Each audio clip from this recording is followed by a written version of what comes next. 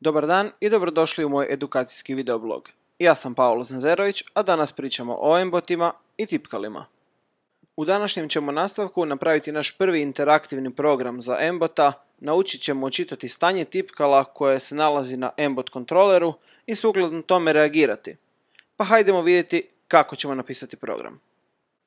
Današnji je prvi zadatak napraviti program koji će nam omogućiti očitanje stanja tipkala. Pa ćemo napraviti sljedeće. Kada je tipkalo pritisnuto, neka RGB diode na robotu svijetle crvenom bojom, a kada je tipkalo otpušteno, neka RGB diode svijetle zelenom bojom. Kao i svakoga puta, naš ćemo program započeti naredbom embot program iz robots kategorije i nakon toga ubacit ćemo našu forever petlju. Unutar forever petlje moramo konstantno očitavati stanje tipkala i na temelju toga djelovati. Za to će nam poslužiti if then else naredba s lijeve strane. Pa odvucimo je unutar forever petlje. If then else naredba omogućuje nam djelovanje u slučaju kada je zadovoljen neki uvjet, koji se pozicionira između if i then. U našem slučaju želimo vidjeti je li tipkalo pritisnuto.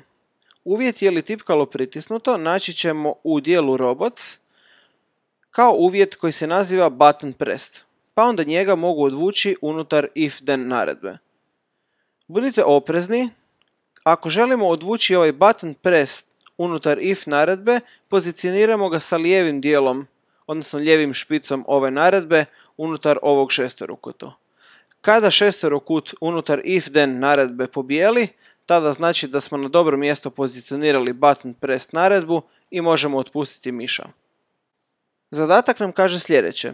Ako je tipkalo pritisnuto, neka svijetli crveno svjetlo na robotu, a ako je tipkalo otpušteno, neka svijetli zeleno svjetlo na robotu. Sve one naredbe koje želimo da se izvrše u trenutku kada je tipkalo pritisnuto u svakoj iteraciji forever petlje, postavljamo u ovu prazninu if petlje, odmah nakon then, a prije else-a. A sve ono što želimo da se izvrši u slučaju kada tipkalo nije pritisnuto, odnosno kada nije ispunjen uvjet if petlje, ubacujemo u dio nakon else-a. Pa idemo ubaciti da nam LED diode na našem robotu svijetle crvenom bojom, ako je tipkalo pritisnuto, odnosno zelenom bojom ako tipkalo nije pritisnuto.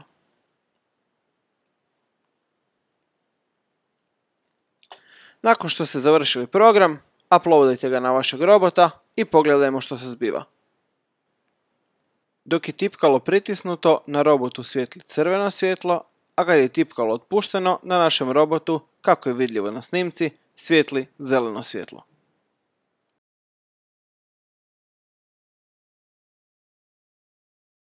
Nakon što smo uspješno riješili prvi zadatak u ovom videu, idemo riješiti još jedan.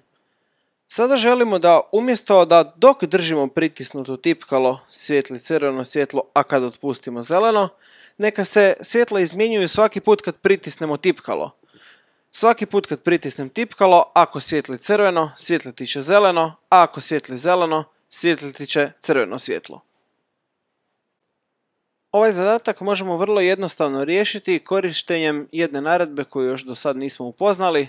Unutar control dijela iskoristit ćemo wait until naredbu. Ovu if naredbu ćemo za sad izbrisati i idemo riješiti sljedeći zadatak. Na samom početku, pri uključivanju robota, postavit ćemo da svijetli crveno svjetlo. To već znamo, iskoristit ćemo set LED naredbu u kojoj ćemo postaviti da je crveno svjetlo na intenzitetu 255.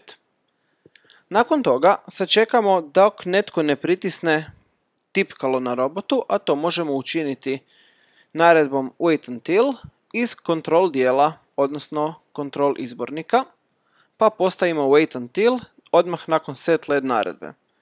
Sačekati ćemo dok, odnosno izvršavat ćemo wait until dok god netko ne pritisne gumbić, a to nam govori uvjet button pressed. Kada se pritisne gumbić, svjetlo svjetla želimo promijeniti iz crvene u zelenu boju. Pa ćemo onda zbog toga opet iskoristiti set LED naredbu u kojoj ćemo crvenu boju postaviti na intenzitet 0, a zelenu na intenzitet 255. Obzirom da želimo da se nakon zelene boje ponovno postavi crvena boja kada netko pritisne tipkalo, opet ćemo iskoristiti jednu wait until button pressed naredbu odmah nakon postavljanja zelene boje. Pa postavimo još jednu wait until naredbu. Iz robots kategorije iskoristimo uvjet button pressed. I s time smo zadovoljili osnovnu funkcionalnost programa. Barem na izgled. Uploadite vaš program na vašeg robota i pogledajmo što se zbiva. Obzirom da se program u robotu vrlo brzo izvršava, svaki put kad pritisnem tipkalo, zapravo ga držim dovoljno dugo da forever petlja odradi svoje naredbe nekoliko puta. Zbog toga na RGB diodama vidim kako one trepću i mijenjaju vrlo brzo crvenu i zelenu boju. Kako bi riješili prethodno pojašnjeni problem, iskoristit ćemo ponovno wait until naredbu, međutim ovaj put nećemo imati button pressed uvjet, nego button released. Kad prvi put uključimo svjetlo, sačekat ćemo dok netko ne stisne gumbić i ne otpusti taj gumbić, pa ćemo tek onda nastaviti sa izvođenjem programa. Zato ćemo iskoristiti istu wait until naredbu, koju ćemo postaviti odmah nakon wait until button pressed, međutim, iz uvjeta uzeti ćemo button pressed i promijeniti ga u button released. Time ćemo zapravo zaustaviti izvođenje programa dok se gumbić ne pritisne i otpusti, a na taj način omogućit ćemo sa sigurnošću da je tipkalo pritisnuto samo jednom. To ćemo učiniti i u donjem slučaju.